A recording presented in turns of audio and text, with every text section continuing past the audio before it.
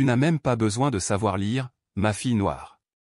On est dans un tribunal, pas dans une école pour imbéciles, dit le juge Ortega d'un ton moqueur. Waouh, je pensais qu'au moins tu saurais t'habiller pour un procès. Où est-ce trop demandé? Les rires retenus de certains des présents fendent l'air comme des lames. Maya Gabriella Johnson se tenait seule, les cheveux noués en une seule tresse, vêtue d'une simple robe couleur lit de vin. Elle ne disait rien. Pas encore. Dites-moi, mademoiselle Johnson, poursuivit le juge en haussant la voix. Savez-vous seulement pourquoi vous êtes ici? Ou dois-je vous le dessiner au crayon? Nous ne sommes pas tous nés pour comprendre les choses complexes, n'est-ce pas? Silence. Seul le bourdonnement du climatiseur. Fais-la prêter serment, ordonna Ortega sans même la regarder. Même si je doute qu'elle sache ce que cela signifie. Stupide, murmura-t-il, mais suffisamment fort pour que les personnes présentes l'entendent. Assez fort pour l'humilier devant tout le monde. Elle leva les yeux. Elle ne tremblait pas. Elle ne pleurait pas. Elle le regardait simplement. Et puis, finalement, ils lui ont donné la parole. Mais le juge l'interrompit à nouveau, cette fois avec un air plus arrogant. « Savez-vous lire, mademoiselle Johnson » demanda Ortega en se penchant légèrement en avant. « Allez, ne soyez pas timide. Où devons-nous traduire pour vous dans la langue des gens civilisés ?»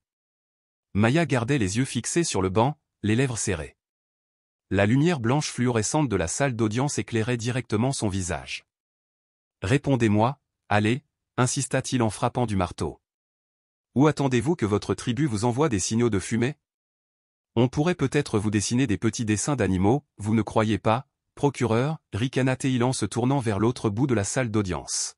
« Un truc avec des singes, peut-être qu'elle comprendrait. » Le procureur eut un petit rire gêné.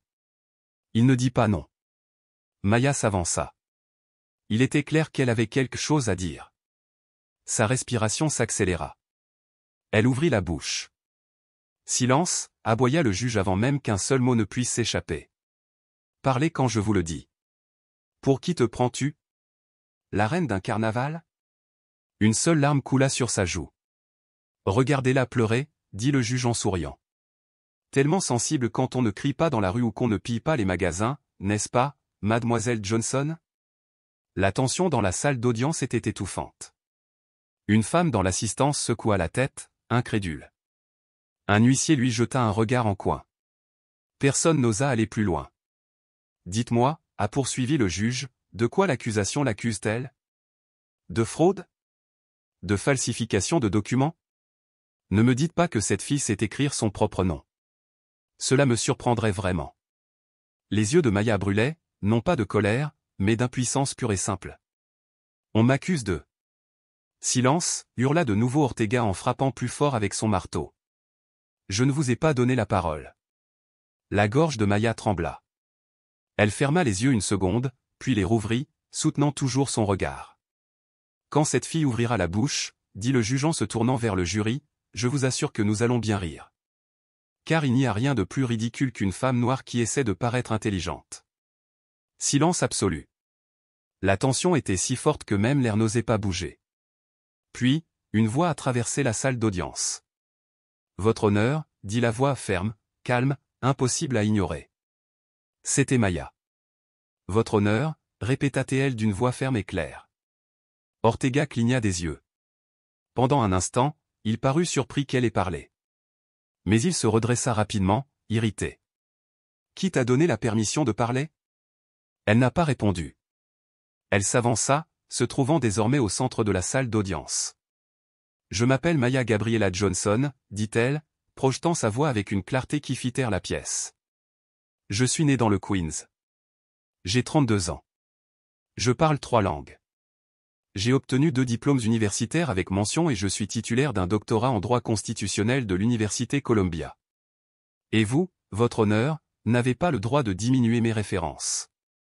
La salle d'audience était à bout de souffle. Ortega ne bougea pas. Il ne scia même pas. J'ai été convoqué ici par erreur parce que quelqu'un a confondu mon nom avec celui de quelqu'un d'autre, a-t-elle poursuivi. Cette personne a un casier judiciaire. Moi non. Elle a falsifié des documents. C'est moi qui ai découvert la falsification. En fait, C'est moi qui ai alerté les autorités par courriel, en anglais, en français et en espagnol. Un murmure nerveux parcourut la pièce. Le stagiaire assis à côté d'elle semblait stupéfait, comme s'il la voyait pour la première fois. J'ai des copies de chaque courriel envoyé. Certifié conforme. Et une copie intégrale a été remise directement au parquet qui, soit dit en passant, n'a jamais pris la peine de l'examiner, a-t-elle ajouté, croisant le regard du procureur mal à l'aise. Je ne fais pas partie du problème, dit-elle calmement. C'est moi qui ai essayé de l'empêcher. Un homme du jury a laissé tomber son stylo. Une femme au 3e rang a lentement levé son téléphone et a commencé à enregistrer, comme si elle réalisait qu'elle était témoin de quelque chose qui devait être montré au monde. Et au fait, juge Ortega, dit Maya, le regard perçant, la voix chirurgicale, je ne suis pas mademoiselle Johnson. Je suis le docteur Johnson. Avocat, chercheur et conseiller en droit de l'homme auprès du Sénat. Vous pouvez vérifier tout cela en prenant 5 minutes pour lire. Silence. Le juge semblait figé sur place. Le procureur fixait le sol. La salle d'audience bondée retenait son souffle. Maya est restée debout. Elle ne tremblait pas. Elle n'a pas pleuré. Elle ne s'est pas excusée. Elle a juste attendu. Et puis, quelque chose s'est produit. La porte latérale de la salle d'audience s'ouvrit en grinçant. Quelqu'un est entré qui n'était pas censé être là. La porte s'ouvrit avec un léger gémissement, juste assez fort pour couper à travers la tension. Un homme en costume sombre et cravate bleu marine entra d'un pas décidé. Il était grand, au teint clair, portait des lunettes fines et portait une serviette en cuir noir. Il a parcouru la moitié de l'allée sans dire un mot. « Et qui êtes-vous » railla le juge Ortega, levant le menton comme s'il avait encore le contrôle de la situation. « Cette salle d'audience est ouverte. Personne n'est autorisé à y entrer sans autorisation. » L'homme leva lentement un badge doré. Agent spécial Samuel Riva, division de l'intégrité judiciaire, ministère de la Justice, a-t-il déclaré d'une voix sèche et mesurée. Nous avons suivi ce procès avec un intérêt particulier. Les murmures devinrent plus forts, comme une vague qui s'élevait. Le visage d'Ortega devint cramoisi. Je dirige ce tribunal, rugit-il en frappant du marteau. Et je ne permettrai pas que ce cirque continue. Vous interrompez une audience, vous entravez la procédure. Un processus, interrompit Maya en haussant un sourcil. Ceci. Il a appelé cela une procédure régulière. Le juge la désigna d'un doigt tremblant, mais brûlant de rage. Silence. Silence, dis-je. On n'est pas à Harlem, jeune fille. Vous n'êtes pas ici pour prononcer des discours militants ou pour vanter des titres que vous avez probablement achetés en ligne. J'en ai vu des milliers comme toi, prétentieux, arrogant, se croyant plus que ce que tu es. Car peu importe tes diplômes, tu ne peux pas cacher ce que tu es. Le silence qui suivit fut brutal. Riva ne broncha pas. Elle ne bougea pas. Elle observa simplement. Juste une autre femme noire avec des illusions de grandeur, a crié le juge, désormais sans retenue. Et si personne d'autre dans cette salle d'audience n'a le courage de le dire, alors je le ferai. Une femme comme vous ne m'apprendra pas la justice. Une stagiaire stupéfaite se couvrit la bouche. Un jeune homme dans la galerie s'est levé. Personne ne le lui avait demandé. Il est resté debout, comme s'il ne pouvait plus supporter de rester assis. C'est fini, dit calmement Maya. Comment ça, c'est fini, rugit le juge, hors de lui. Vous ne décidez de rien ici. Riva n'éleva pas la voix. Elle sortit simplement une enveloppe scellée de sa serviette. Mais je le fais. Ortega s'est figé. Cette salle d'audience est sous surveillance, a poursuivi l'agent. Pendant des semaines, des témoignages, des vidéos, des transcriptions. Vous avez été signalé pour comportement raciste, abus de pouvoir et faute judiciaire. Et ce procès? Cela n'a fait que confirmer ce que nous savions déjà. Le juge Ortega a fait un pas en arrière. Pour la première fois, il semblait incertain. C'est un piège, balbutia-t-il. C'est ça la justice, répondit Maya, le visage impassible. Riva déposa l'enveloppe sur le banc du juge, lentement, avec un calme qui glaça la pièce. Vous avez le droit de garder le silence, commença-t-elle, mais Ortega l'interrompit. C'est une conspiration, a-t-il crié. Une conspiration de votre part, de votre espèce. On ne savait pas s'il parlait de Maya, de l'agent, ou de tout le monde dans la pièce. Mais à ce moment-là, les portes de la salle d'audience s'ouvrirent à nouveau. Et quelqu'un d'autre est entré. Quelqu'un que le juge n'avait pas vu depuis des années. Quelqu'un qui changerait le cours de tout. Les gardes n'ont pas osé l'arrêter. La femme entra d'un pas assuré, vêtue d'un costume de couleur claire. Ses cheveux argentés étaient tirés en arrière et une paire de lunettes pendait à une chaîne en argent. Elle s'est approchée jusqu'à se tenir directement à côté de l'agent Riva. Ses talons résonnaient comme un métronome sur le sol en marbre. Que faites-vous ici » demanda le juge Ortega en reculant de nouveau, le visage blême. Maya tourna légèrement la tête. Quelque chose dans ses yeux vacilla, une reconnaissance silencieuse. Mais elle n'a rien dit. « Je m'appelle Elena Figueroa », annonça la femme d'une voix douce mais tranchante comme du verre. Président du Conseil national de déontologie judiciaire. Je suis ici pour superviser l'exécution immédiate d'une suspension. Ortega ouvrit la bouche, mais aucun mot ne sortit. C'est fini, monsieur Ortega, dit-elle calmement, tandis que Riva récupérait des documents supplémentaires. Le docteur Johnson a été convoqué devant ce tribunal par erreur. Une erreur que vous avez nourrie, amplifiée et déformée par des préjugés personnels et une haine raciale manifeste. Des mensonges, essaya de dire le juge. Silence, l'interrompit Figueroa. Son ton a gelé l'air. Vous n'avez aucune autorité ici. Pas plus. Les murmures s'amplifièrent. Les téléphones enregistraient déjà. Et Maya, immobile au centre de la pièce, ne bougeait pas. Elle n'avait plus besoin de prouver quoi que ce soit. Mais ensuite elle a rompu le silence. J'ai quelque chose de plus à dire. Figueroa hocha la tête sans la regarder, lui offrant son espace. Même l'air semblait retenir son souffle. Maya inspira profondément. Pendant des années, les gens m'ont regardé comme vous me regardez aujourd'hui, monsieur Ortega. Comme si la couleur de ma peau me marquait coupable. Comme si être noir était synonyme d'être moins. J'ai étudié. J'ai travaillé. Je me suis donné à fond pour prouver le contraire. Non pas parce que je te le devais, mais parce que je savais qui j'étais. Et ce que je valais. Le silence était total. Mais tu ne demandes jamais ça, n'est-ce pas, continua-t-elle. Peu importe d'où nous venons. C'est seulement jusqu'où vous pouvez nous pousser sans conséquence. Maya leva le menton. Il n'y avait pas de larmes sur son visage. Pas de colère. Seulement la vérité. Tu m'as mal jugé. Mais combien d'autres avez-vous mal jugé, qui n'avaient pas de voix? Combien de femmes noires ont été traitées de « stupides » parce qu'elles n'avaient pas de diplôme qu'elles n'ont jamais été autorisées à obtenir? Le jury resta figé. Le stagiaire pleurait en silence. Tu m'as humilié, dit Maya en regardant droit dans les yeux le juge.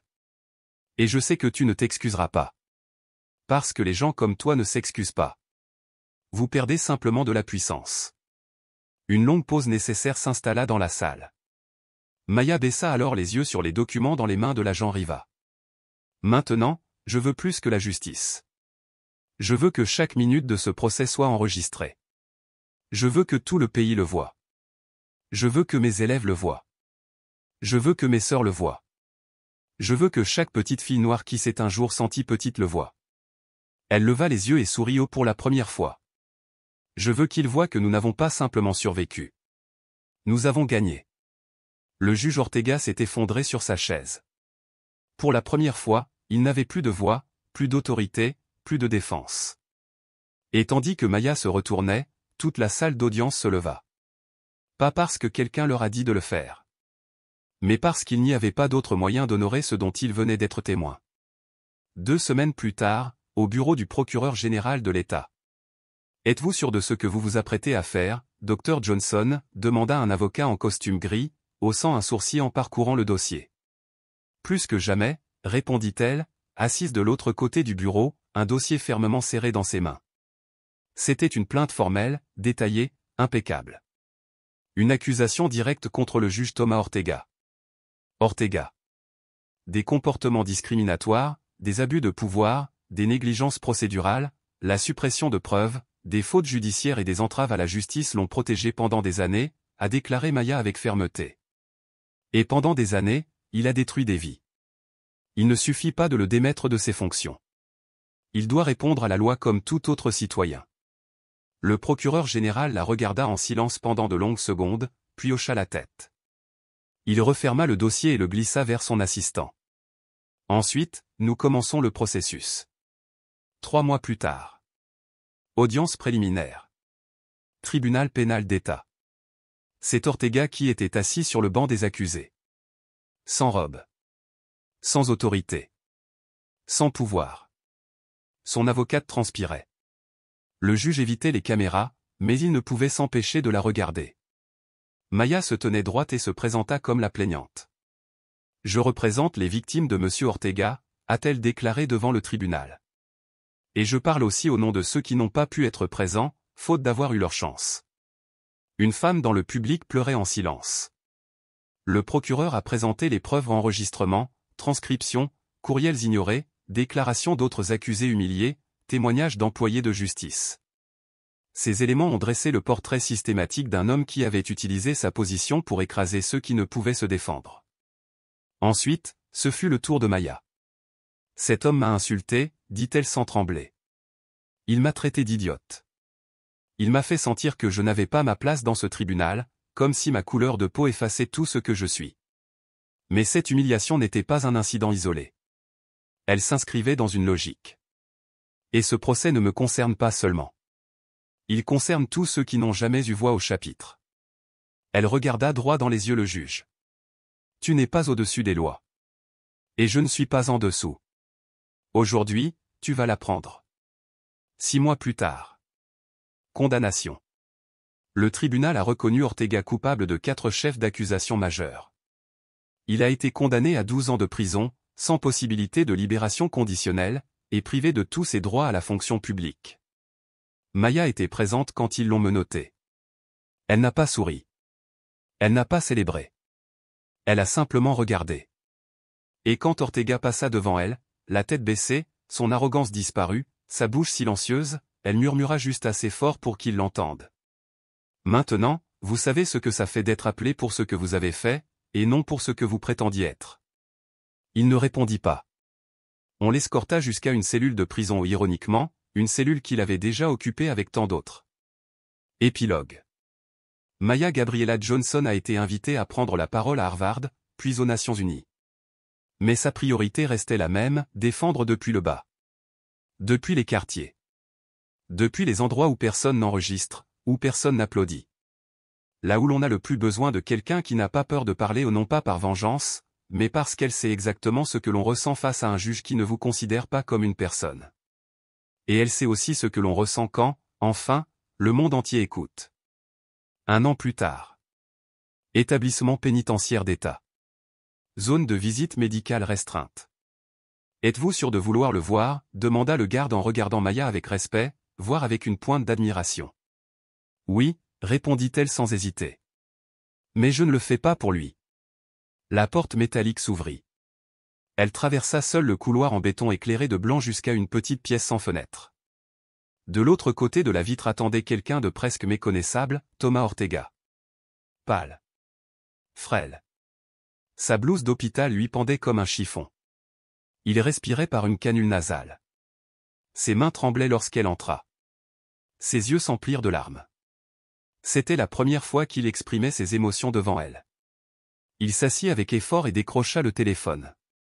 Maya, calme et posée, décrocha le sien. Elle le regarda et attendit. « Merci d'être venu » dit-il d'une voix plus faible que dans ses souvenirs. « Je ne m'attendais pas à ce que tu le fasses. » Elle n'a encore rien dit, elle a juste écouté. « J'ai un cancer en phase terminale » a-t-il admis d'une voix brisée, « il n'y a plus de traitement, il me reste des semaines, peut-être des jours ?» Maya ne s'y a pas. « Je suis là » dit-elle finalement d'un ton calme et ferme, « alors dis ce que tu es venu dire. » Ortega déglutit difficilement, sa gorge nouée par des mots qu'il n'avait jamais appris à dire. « Toute ma vie, j'ai cru que le pouvoir signifiait avoir le dernier mot, se moquer, dominer, écraser, commander. J'ai été élevé dans cette idée, récompensé pour ça, promu pour ça, loué pour ma dureté. Mais je n'ai jamais été fort, Maya, j'ai seulement été cruel ?» Elle ne répondit pas, elle le laissa aller jusqu'au bout, sans l'épargner. « Et quand tu as parlé ce jour-là, dans cette salle où j'avais tous les pouvoirs, j'ai compris. J'ai compris non seulement qui j'étais vraiment, mais aussi tout ce que j'avais détruit pour défendre cette illusion d'autorité. » Il inspira, tremblant, comme si l'aveu lui coûtait chaque seconde de vie qu'il lui restait. Je ne peux rien dire pour effacer ce que j'ai fait, je le sais. Mais s'il y a la moindre chance que tu entendes ça, alors je tiens à te dire que je suis désolé. Pas pour moi, mais pour tous ceux qui n'ont jamais eu le courage de te regarder dans les yeux. Maya le regarda. Ni avec haine, ni avec pitié. Elle le regardait avec une vérité nue, sans déguisement, sans détour. Je ne suis pas venue pour te pardonner, dit-elle doucement. Parce que ce que tu as fait ne peut pas être effacé par quelques mots murmurés à la fin de ta vie. Je ne suis pas venue pour t'apporter la paix. Ortega baissa la tête, écrasé par le poids de ses propres souvenirs. Mais je suis venue te dire quelque chose, continua Maya, sa voix toujours égale, toujours entière. Tu m'as traité d'idiote, tu m'as humilié devant tout un pays, tu as tenté de me briser, de m'effacer. Et tu as échoué. Parce que ce que je suis ne dépend pas du regard d'un juge, ni de ses mots, ni de ses verdicts. Ce que je suis vient de ce que j'ai choisi d'être, même quand personne ne me regardait. Ortega pleurait maintenant, silencieusement, chaque souffle plus court, plus douloureux. Je suis venu parce que, lorsque tu t'éteindras, je veux que tu gardes cela avec toi. Tu ne m'as pas brisé. Tu m'as rendu plus forte. Tu m'as rendu plus déterminée. Et je suis venu pour que tu saches que le dernier mot ne t'appartient pas. Maya raccrocha le téléphone, se leva, puis, avant de tourner les talons, elle le regarda une dernière fois. Justice existe, monsieur Ortega, dit-elle, vous me l'avez appris, de l'autre côté. Elle sortit de la pièce sans se retourner. Il resta seul, les larmes coulant librement, avec le combiné toujours serré dans sa main. Et pour la première fois de sa vie, il ne voulait plus parler.